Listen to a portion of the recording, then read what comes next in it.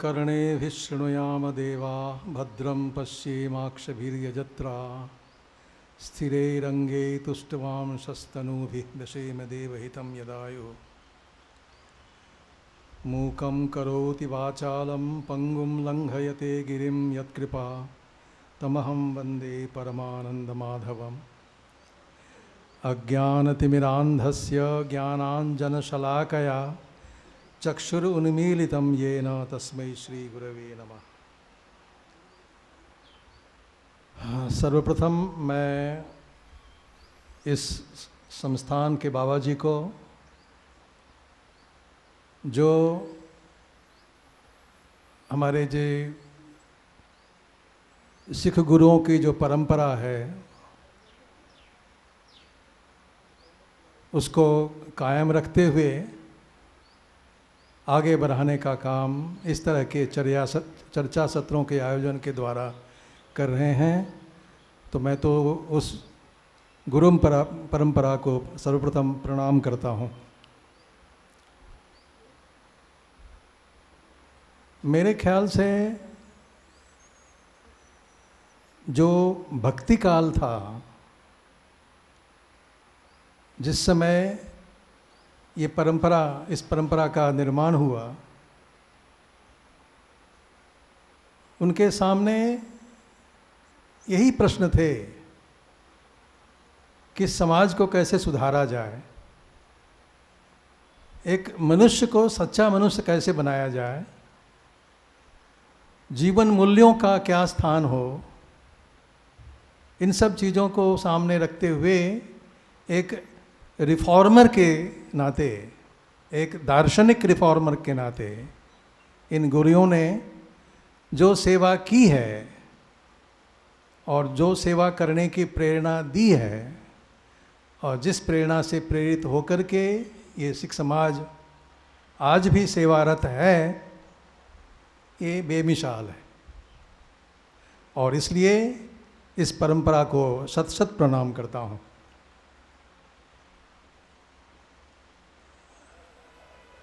मंचस्थ सारे विद्वज्जन हैं, अभी अभी आपने उद्घाटन भाषण सुना है, कितनी विस्तार से इन समस्याओं को उन्होंने रखा है।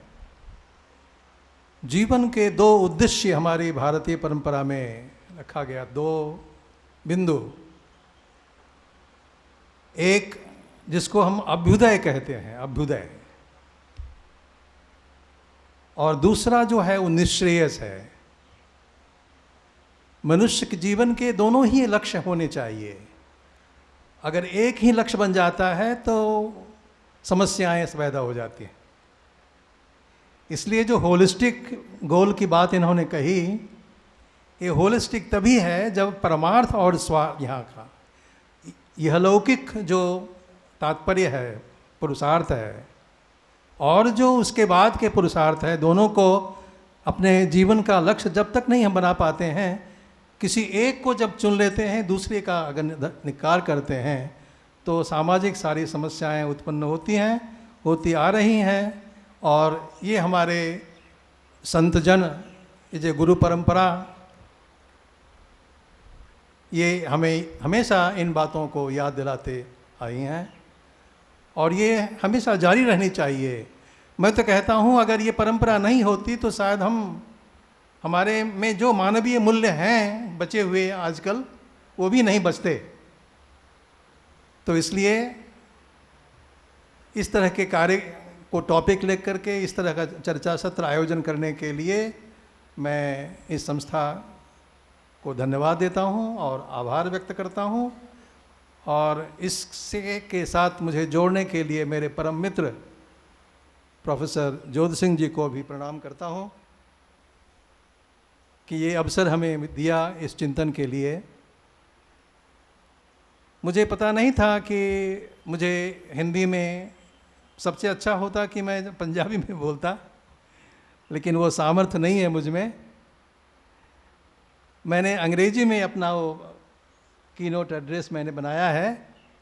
वो कल आते आते वो कह रहे थे कि जो श्रोता वर्ग में कुछ ऐसे भी होंगे उन्हें कुछ तकलीफ़ हो सकती है, तो मैं कोशिश करूँगा कि मुझे मन में क्या है वो आप समझ जाएं। तो बीच बीच में मैं हिंदी और अंग्रेजी ये दोनों का सहारा लेते हुए मैंने जो सोचा है मैं आपके सामने रख रहा हूँ। मोटी मोटी बातें सिर्फ ये हैं कि मनुष्य जो है वो एक वीक प्राणी है, एक दुर्बल प्राणी है।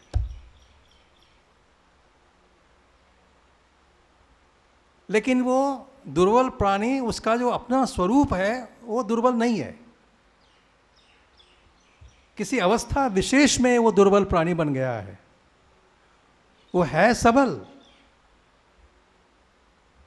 लेकिन एक उसकी अवस्था ऐसी है जिसके कारण वो दूसरी अवस्था का जो पहचान है वो खो बैठा है। और यही कारण है कि ये सारी समस्याएं सामाजिक हों, पारिवारिक हों, व्यावहारिक हों, सारी समस्याएं एक के बाद एक पैदा होती रहती हैं। तो ये जो आध्यात्मिक चिंतन है, गुरुओं का जो चिंतन है, वो एक जर्नी है। वो बताते हैं कि ये हाँ रास्ता है, इस रास्ते से हम अगर चलें तो हम में जो कमियां हैं, हम में जो दुर्बलता है, उसको हम पार कर सकते हैं।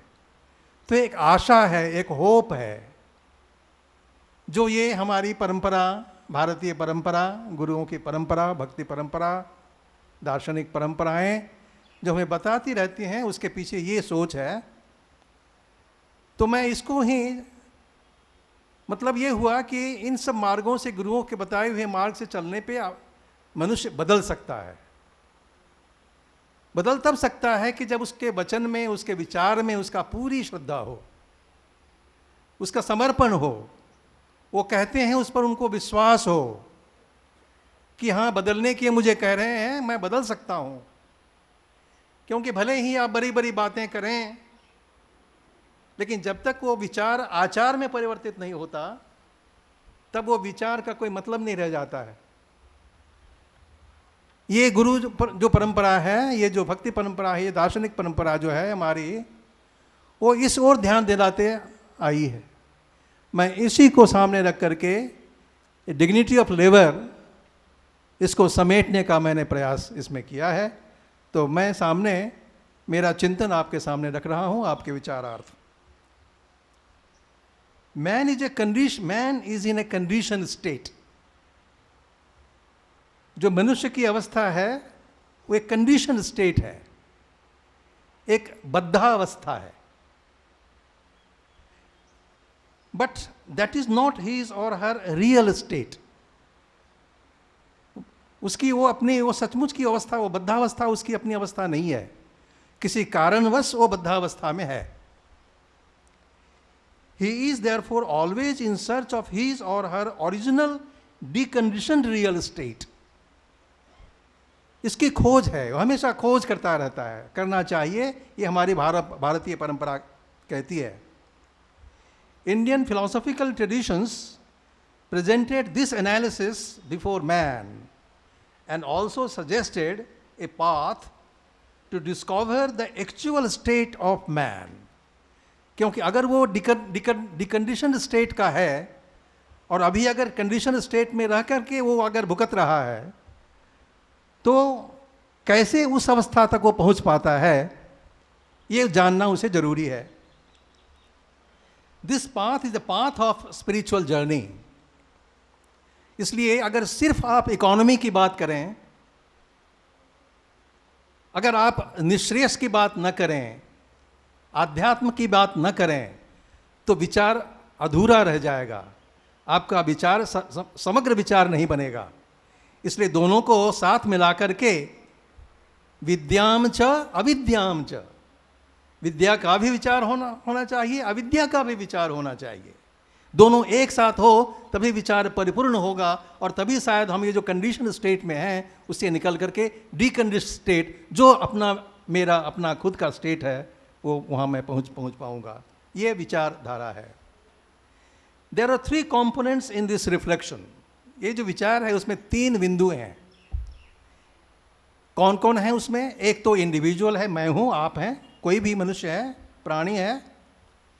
The world around him or her, and the relationship of individual with the world around. ये जगत और ये जीव और जगत और जीव के बीच का जो संबंध है, ये तीन बिंदु विचार के लिए प्रस्तुत है. If the individual wants to discover himself or herself, he or she has to address both the world around him or her and his or her relation with the world around. तो दोनों के बारे में उसे विचार करना है. Right from the time of the Upanishad, अगर आप उपनिषद काल में, हमारी परंपरा बहुत पुरानी है, उपनिषद काल में आप चले जाइए, the Indian philosophers have been addressing these questions. यही questions को address कर रहे हैं प्रारंभ से संत महात्मा और ऋषि have been coming to various answers. Reflection क्या होता है, एक ही कभी कभी अलग अलग उत्तर भी आते हैं, तो ये उत्तर आते रहे हैं, चलते रहे. One such answer was the vision of the Rigveda. एक आंसर आपको ऋग्वेद में एक मंत्र में आपको मिलता है. इस विचार का जो उत्तर है, वो उत्तर आपको ऋग्वेद के एक मंत्र में मिलता है कि एकम सत विप्राह बहुधा वदन्ति. जो सत्य है वो एक ही है. विद्वान भले ही उसको अलग अलग नामों से उसको पुकारें. एकम सत विप्राह विद्वान बहुधा, अनेक प्रकार से, अनेक नामों से, अनेक गुणों से उसको पुकारते हैं. दिस विजन, ये जो एक विजन मैं कहता हूं इसको, ये विजन है, ये रियलिटी है, ये सोच है, विचार का फलित है, उत्तर है. Right. So this vision has no place. अगर आप इसको समझ लें और उसके साथ अगर आपका संबंध आप जोड़ लें, और अगर ये पता हो कि सत्य एक ही है, भले आप हों या मैं हूं, चेतन हो अचेतन हो, कुछ भी हो, अगर वही एक का प्रकाश अगर है, तो there is no place of differentiation और discrimination of any kind. It holds that entire existence is manifestation of the same reality, the Almighty, the God, the Brahman, कुछ भी आप उसे कहें. तो ये अगर है तो उसमें ये भेद की गुंजाइश है कहां? दिक्कत तो वहां है कि हमने तो इसको समझ तो लिया, लेकिन इस पर विश्वास नहीं किया, इसको आचरण में हमने लाने नहीं दिया, और इसीलिए सारे दिक्कतें सामाजिक हो, राजनीतिक हो या और तरह की दिक्कतें क्यों ना हो, इसका कारण वही है. इसलिए उपनिषद फिर याद दिलाती है कि यस्मिन् सर्वाणि भूतानि, सर्वाणि भूतानि मतलब जड़ और चेतन दोनों ले लें, जिसमें आप जिसी सत्य में, जिसी परमात्मा में अगर सब कुछ को आप देखने की दृष्टि उत्पन्न कर लें और अपने में सबको देखने की दृष्टि अगर उत्पन्न कर लें, यस्मिन् सर्वाणि भूतानि आत्मैवाभूत विजानतः तत्र को मोहः कशोकः एकत्वम अनुपश्यतः. जो एक देखने लग जाता है, वहाँ कहाँ गुंजाइश है और कुछ दूसरा देखने का. लेकिन हमने तो ये समझ तो लिया, लेकिन इसको आचरण में नहीं आने दिया. भगवद गीता फिर याद दिलाता हूं. भगवद गीता भगवान कहते हैं कि यो माम पश्यति सर्वत्र, जो मुझे सब जगह मुझे ही देखता है. तो मैं आप में भी तो मुझे भगवान को ही देखना चाहिए ना, क्योंकि आप भी तो भगवान के ही प्रकाश हैं. लेकिन होता कहाँ है? यो माम पश्यति सर्वत्र सर्वम च मयि पश्यति. सब कुछ मुझ में देखता है, सब कुछ मुझ में देखता है. तस्य अहम न प्रणश्यामि सच में न प्रणश्यति. This universal vision of universal mind was made available by our forefathers so early in our culture that we could have implemented this in our behavior, and by this time India could have created a heaven on the earth. ये संभव था। अगर इस पर हमें विश्वास करते, इसको अगर आचरण में लाते, तो विचार और आचार दोनों में फर्क रह गया। But we kept this vision at the intellectual level. ये सेमिनार में आकर के हम तो कहने के लिए तैयार हैं, लेकिन जब सेमिनार से बाहर जाएंगे तो जैसे थे वैसे ही हैं। तो ये जो दुटप्पी हमारी जो दृष्टि है, जो दूसरे को कहते हैं तो अच्छी अच्छी बातें, लेकिन जब आचरण में लाने का अगर समय आता है तो वो विचार आचरण में नहीं आता है। दिक्कतें यहाँ से पैदा होती हैं। So we but kept on this vision intellectual level only and allowed our weakness to overpower our sense of rationality, resulting into innumerable social vices which kept on dividing men all time at all levels of existence. What we thought, we did not practice. हमने जो सोचा वो आचरण में नहीं दिखाई दिया. We became hypocrites and started celebrating differences. जहाँ एकता की पूजा करनी चाहिए थी, वहाँ भेद की पूजा करना हमने प्रारंभ किया. यहाँ दिक्कतें हुई. All social evils are result of this celebration of discrimination. Discrimination को celebrate करने लग गए हम. हम जब कहते हैं कि हमारा ही सब कुछ है और का कुछ नहीं है, तो ये तो भेद की पूजा हुई ना. तो अभेद की पूजा कहाँ है इसमें? यूनिटी का सेलिब्रेशन कहाँ है? This was realized by the philosophers of Bhakti movement all over our country. All saints of all regions were singing the same songs to remind us that we are the part of one and the same reality. We are all human beings. There is no scope of discrimination of any kind in the society, and therefore we must celebrate unity in diversity. तो हमें unity से celebrate करने की आवश्यकता है, diversity से celebrate करने की आवश्यकता नहीं है. हमें चाहिए कि हम एक हैं, इस दृष्टि को देखें, इस विजन को देखें. डाइवर्सिटी में be seen only at the level of manifestation. ये माइक अलग है, ये मेज अलग है, लेकिन अगर कहाँ से आया अगर ढूंढने जाएंगे तो शायद उसी एकता पर हम पहुँचेंगे. तो इसकी ओर हमें ध्यान देना चाहिए, न कि सरफेस लेवल की जो डाइवर्सिटी है उसको सेलिब्रेट करना चाहिए. Whereas the deeper level, there is only oneness. These saints wanted us to win over our psychological inner enemies. वो कैसे होने लगा कि हमें फिर ego, greed, excessive attachment, jealousy, animosity, cruelty, ये सब बढ़ने लगी. ये सारे जो दुर्गुण हैं, जो सारे शत्रु हैं, ये शत्रुओं का विकास अंदर होने लगा और हमने वो जो यूनिटी की बातें छोड़ करके वो भेद की बातें करने लगे. Indian philosophers and saints had not only diagnosed human psychology at the conditioned state of man, उन्होंने ये जो साइकोलॉजिकल एनालिसिस है ऑफ ह्यूमन बीइंग उसका पूरा अध्ययन किया और अध्ययन करके उन्होंने हमें बताया कि हमें कैसे इन दुर्गुणों से ऊपर उठना है. और इसका एक छोटा सा नमूना मैं आपके सामने रखना चाहता हूँ, जो कि 2nd सेंचुरी एडी की बात मैं करना चाहता हूँ. एक कमेंटेटर हुए जिसका नाम था वात्स्यायन. वात्स्यायन ये कमेंट्री है न्याय सूत्र, जो गौतम न्याय सूत्र है उसकी कमेंट्री का नाम है वात्स्यायन. तो उन्होंने इस पर ध्यान दिया. उनका जो पहला सूत्र है कि हमें हमारा लक्ष्य क्या होना चाहिए ये बताया.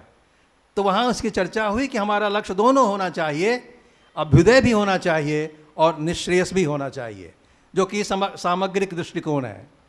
अब अभ्युदय तक पहुंचने के लिए बहुत सारे रास्ते हमें पता भी हैं, हम जानते भी हैं, लेकिन निश्रेयस तक पहुंचने के क्या मार्ग है उन्होंने वो पहले सूत्र में उन्होंने बताया. और दूसरा जो सूत्र है वो इतना गजब का सूत्र है कि ये I take it to be the complete analysis of human psychology. ये मैं थोड़ा सा उसका अंश आपके सामने रखना चाहता हूँ. In the understanding of न्याय वैशेषिक system, a human being is a self or a person. जरा ध्यान से सुनिएगा, ये बहुत ही डीप इसकी एनालिसिस है और यूनिवर्सल एनालिसिस है. किसी एक व्यक्ति विशेष के मन की एनालिसिस विश्लेषण नहीं है. ये मनुष्य प्राणी मात्र के मन की विषय का विश्लेषण है। A person is a spiritual substance, कहते हैं कि बेसिकली, इसलिए मैं कहता हूं कि वो डिकंडीशनड है, वो कंडीशन नहीं है, वो कंडीशन बना हुआ है, और कंडीशन के कारण वो ऐसे बर्ताव कर रहा है, ऐसे व्यवहार कर रहा है, ऐसे बिहेव कर रहा है, ऐसे वैसा है नहीं। मतलब ये हुआ कि ये गुंजाइश है कि वो ट्रांसफॉर्म हो सकता है। अगर ट्रांसफॉर्म हो सकता है तो हम कैसे उसे ट्रांसफॉर्म करें, इस पर इन्होंने विचार किया। In the condition state alone he is a knower. अब देखिए, और इन सब चीज़ों को जब तक आप फिलोसॉफिकली नहीं देखेंगे तब तक उस सत्य तक नहीं पहुंच पाएंगे। हम कहते हैं कि मैं जानता हूं, तो ये जानने वाला, ये जो ज्ञातृत्व धर्म है, नोअरनेस है, वो हम में कब पैदा होता है कि मैं जानता हूं। अब मैं आ गया, मैं जानता हूं, मैं करता हूं, ये मेरा है, तो ये जो मैं का सारा जो प्रकाश होने लगता है, तो एक विशेष स्टेट आता है। वो कंडीशन स्टेट की बात है, वो डिकंडीशन स्टेट वाली बात नहीं है। इसलिए वो कहते हैं कि in the condition state alone he is knower, he is the doer. करता भी वही है, आई हैव डन, ये मैंने किया है। देखिए, एक आप मौका दे, एक खिड़की खोल देते हैं और उसको भेद की पूजा करने के लिए। So this is what is happening. वो एनालिसिस कर रहे हैं, and he is the experiencer, वो भोगता है, and so on. These are his functional names, कहते हैं। ये उनका व्यवच्छेदक लक्षण नहीं है, ये डिफाइनिंग प्रॉपर्टीज उनका नहीं है, ये तो एक कंडीशन प्रॉपर्टी है, कंडीशनल प्रॉपर्टीज हैं। Body is the house where he enjoys, external sense organs are the instruments through which he establishes the contact with the external world. No parallel processing by various sense organ is acceptable to him. In this activity, the mind helps him. It creates one awareness at a time through the sense organ. To make this possible, the Nyaya Vaisheshika system accepts mind of the size of an atom. अब देखिए, अब इसको सत्य, ये अगर सच है तो इसका विश्लेषण करने के लिए मन का भी एक परिमाण बताना पड़ेगा। तो उन्होंने बताया कि मन का परिमाण के एटम का साइज का परिमाण होना चाहिए। Mind is not all pervasive, क्योंकि अगर ऐसा होता तो एक ही साथ सारे विश्व का ज्ञान मुझे हो सकता था, होता नहीं है। इसलिए कंडीशन स्टेट में मैं हूँ। Over and above this role of facilitating the external sense organ to generate perceptual and external world, the mind is also given the function of generating awareness of internal psychological world, namely the 9 spatial qualities। जो हमारे दो विश्व हैं, दो दुनिया हैं, हम एक बाहर की दुनिया और एक दुनिया हमारे अंदर है। इन दोनों दुनियाओं के साथ हम जी रहे हैं। तो हमें आइडेंटिफाई करना है कि हमारी जो दुनिया, अंदर की दुनिया है, वो कैसे बनी है, वो किस किस से बनी है। और अगर वो अंदर की दुनिया ही अगर मुझे बाहर की दुनिया के साथ व्यवहार करने में अगर प्रेरित करती है, तो ऐसी कौन सी बात है, ऐसी कौन सी गहराई है जिस पर हमें ध्यान आकर्षित करना चाहिए। इस तब की चर्चा उन्होंने उसमें की है।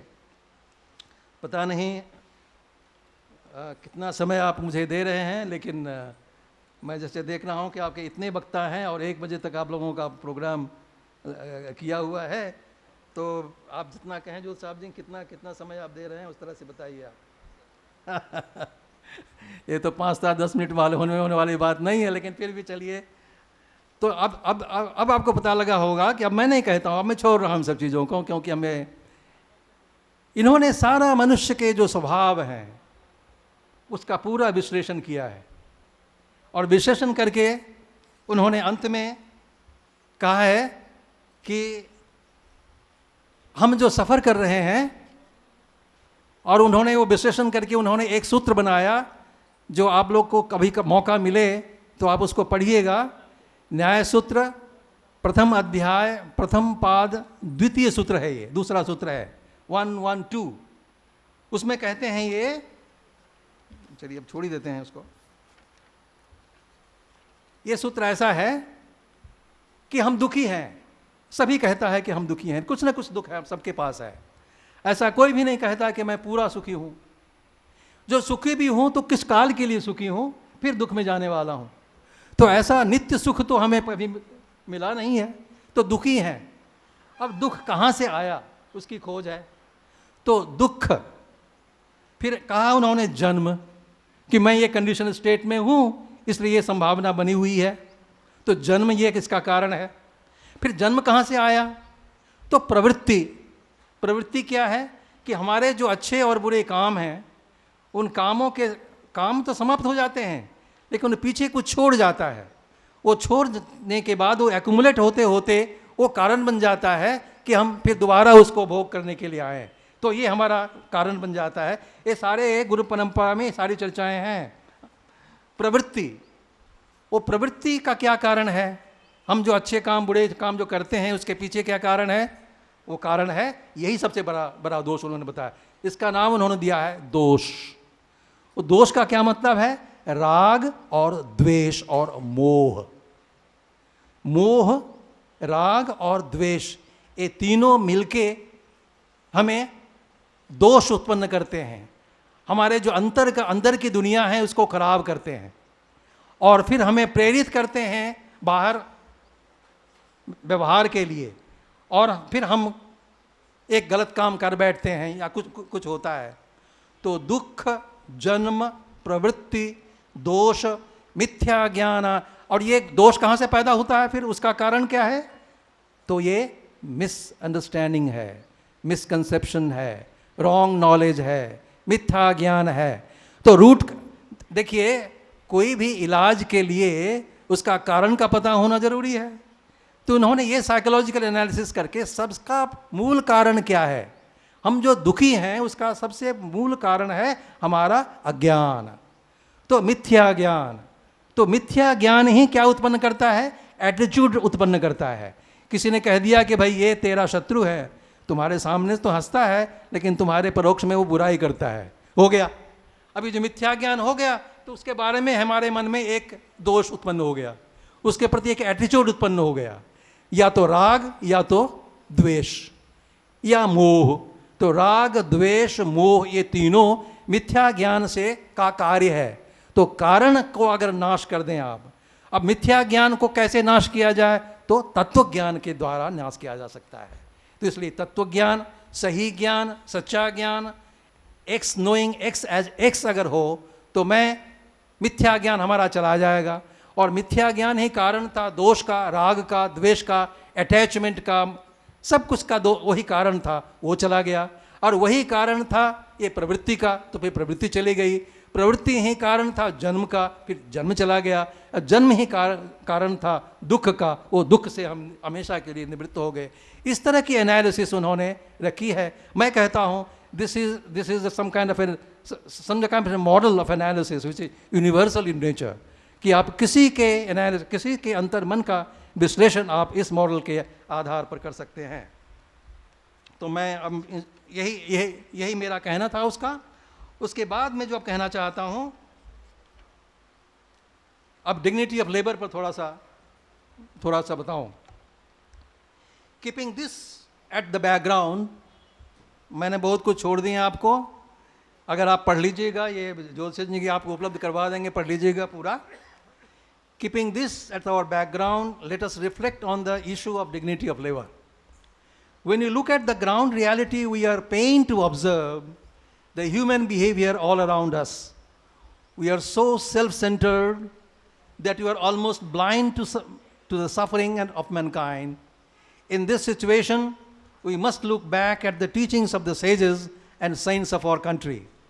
The greatest message we received from them is the message of selfless love, ahetuka prema, ek selfless compassion, ahetuka karuna, and selfless service, ahetuka paricharanam, परिचर्या, सेवा।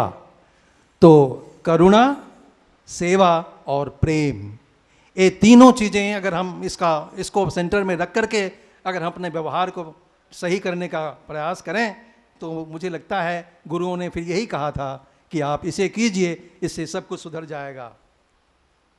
मुझे इस अवसर पर एक शंकराचार्य ने एक स्तोत्र लिखा है, वो याद आता, बहुत बहुत सुंदर है। उन्होंने भी कटाक्ष किया है ये जो जाति प्रथा है उस पर। लगता है कि उन्होंने वो अंतर्मन में तो वो भी झांकते होंगे, देखते होंगे क्या चल रहा है समाज में। कहते हैं कि जो पूजा में मंदिर में बैठते हो पूजा करने के लिए, तो सारी विधियां पालन करते हो, पूजा की विधि है, उसमें एक विधि, बहुत सारी विधियां हैं, वो कहते हैं उस पर हर एक पर कटाक्ष है उनका। एक विधि ऐसा है कि आप जनेऊ पहनाते हो भगवान को। अब वो कहते हैं कि भगवान भी ब्राह्मण क्षत्रिय वैश्य होते हैं। शंकराचार्य कहते हैं कि क्या भगवान को भी इस वर्णों में बांटा जाए।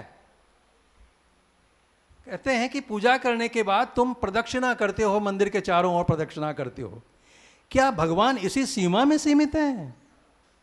क्या संभव है तुम्हें भगवान की परिक्रमा करना, पूरा करना संभव है?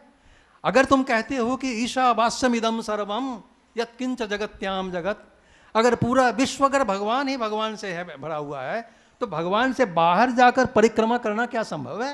ये इलॉजिकल नहीं है क्या? ऐसे करते करते वो एक एक कटाक्ष करते जाते हैं पूजा।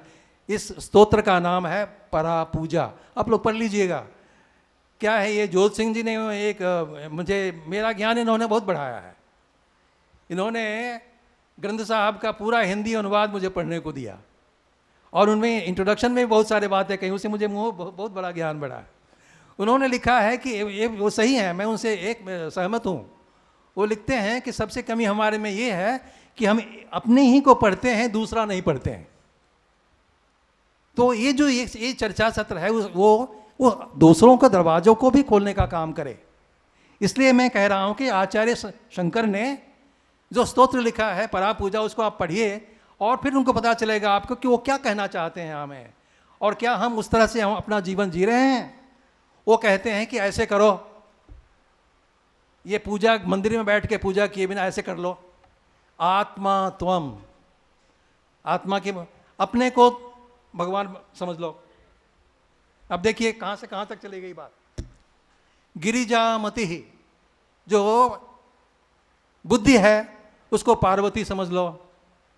सहचरा प्राणा, तुम जो श्वासोश्वास कर रहे हो प्राण है, ये प्राण को सहचर समझ लो सारे। शरीर को गृह समझ लो, मंदिर समझ लो। पूजा ते विविधो भोग रचना निद्रा समाधि स्थिति। पूजा ते, और पूजा जो सारे खा रहे हो, पकवान खा रहे हो, वो उसी आत्मा की पूजा कर रहे हो, ऐसे समझ लो। ये इतना कठिन है, ये इतना कहना तो इतना आसान है, लेकिन इसको लाना कितना कठिन है आप लोग समझते होंगे। संचारस्तु पदयो प्रदक्षिण, और तुम प्रदक्षिणा करना चाहते हो तो ये जो तुम पैर उठा रहे हो, चल रहे हो ना, इसी को समझ लो कि तुम प्रदक्षिणा कर रहे हो।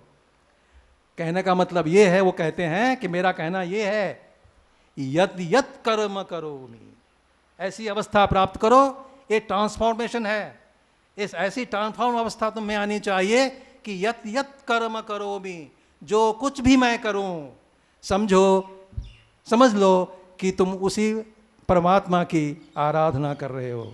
अगर इस दृष्टि से तुम आराधना करोगे तो तुमसे कभी भी गलत काम नहीं हो सकता, क्योंकि कभी भी गलत कामों के द्वारा तुम भगवान की आराधना नहीं कर सकते हो। मुझे लगता है कि इस वचन को ध्यान में रखते हुए ही गुरु ग्रंथों का अध्ययन अगर आप करें, वो वही बातें कह रहे हैं कि जो ये कह रहे हैं।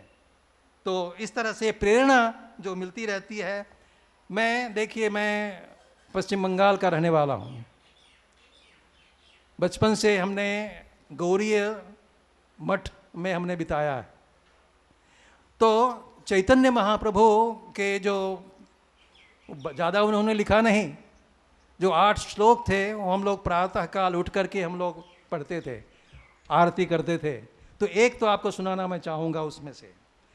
तृणादपि सुनीचेन तरोरिव सहिष्णुना अमानिनो मानदेन कीर्तनीय सदा हरि।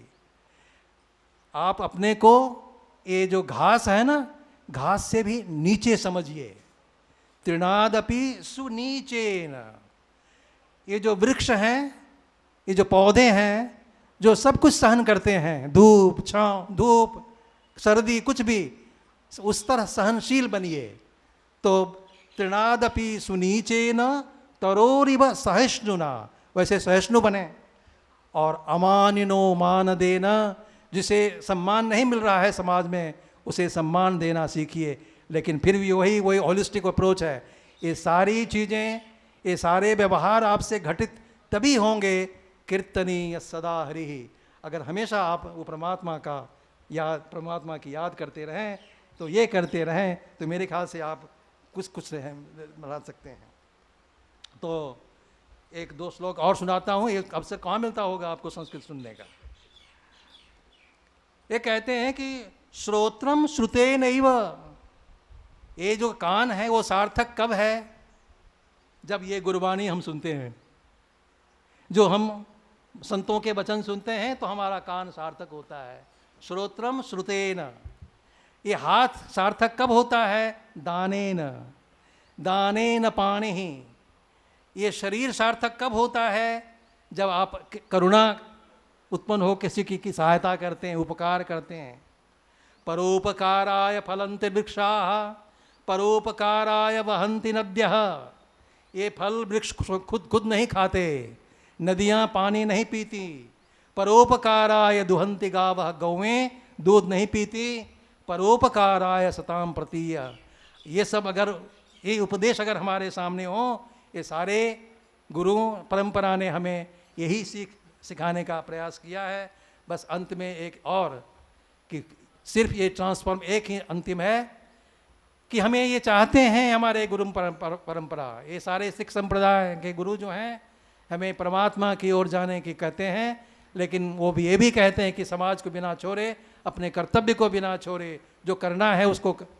मैं जानता हूँ कि कुछ बुराइयाँ ऐसी हो गई थी समाज में कि जाति के आधार पर कर्म का निर्धारण हुआ था, और अनुलोम तो प्रतिलोम ये मान्य नहीं था। तो इसको तोड़ने के लिए ये सारे बातें, ये सारे हमारे संत गुरुजन कहते थे। लेकिन एक और बात कहते थे जो कि हम प्रतिफलित होता है सारे गुरबाणियों में, वो ये है, उसका संस्कृत मूल मैं आपको बताता हूँ। दुर्जन सज्जनो भूयाद, दुर्जन सज्जन बने, सज्जन शांतिमाप्नुयात्, सज्जन शांति को प्राप्त करें। शांतः मुच्चेत बंधेभ्यः, शांति प्राप्त करके वो मुक्त हों, वहीं मत रुकें। उसके बाद कहते हैं कि मुक्तः अन्यान विमोचयेत्, खुद अगर मुक्त हो गए हो तो दूसरों को मुक्त करने का भी प्रयास करते रहो। मुझे लगता है कि गुरु ग्रंथ साहिब में जहाँ भी इन सारे के वचनों के अगर देखें तो सारे की इच्छा इतना ही थी, और इसी तरह से उन्होंने मनुष्य का ट्रांसफॉर्मेशन लाने का प्रयास किया। हमारा जो वैल्यू सिस्टम है उसको उन्होंने उसकी रक्षा करने का प्रयास किया। मुझे जो ये अवसर आप लोगों ने दिया, और मुझे तो सब कुछ पढ़ना था, लेकिन कुछ भी हो, ये मूल बातें मैंने आपको बताई और आपने इसको गौर से सुना, तो इसलिए मैं आप सबको धन्यवाद देता हूँ। विशेषतः हमारे जो परम मित्र हैं जोत सिंह जी, उनको धन्यवाद देता हुआ नमस्कार करता हूँ। प्रणाम।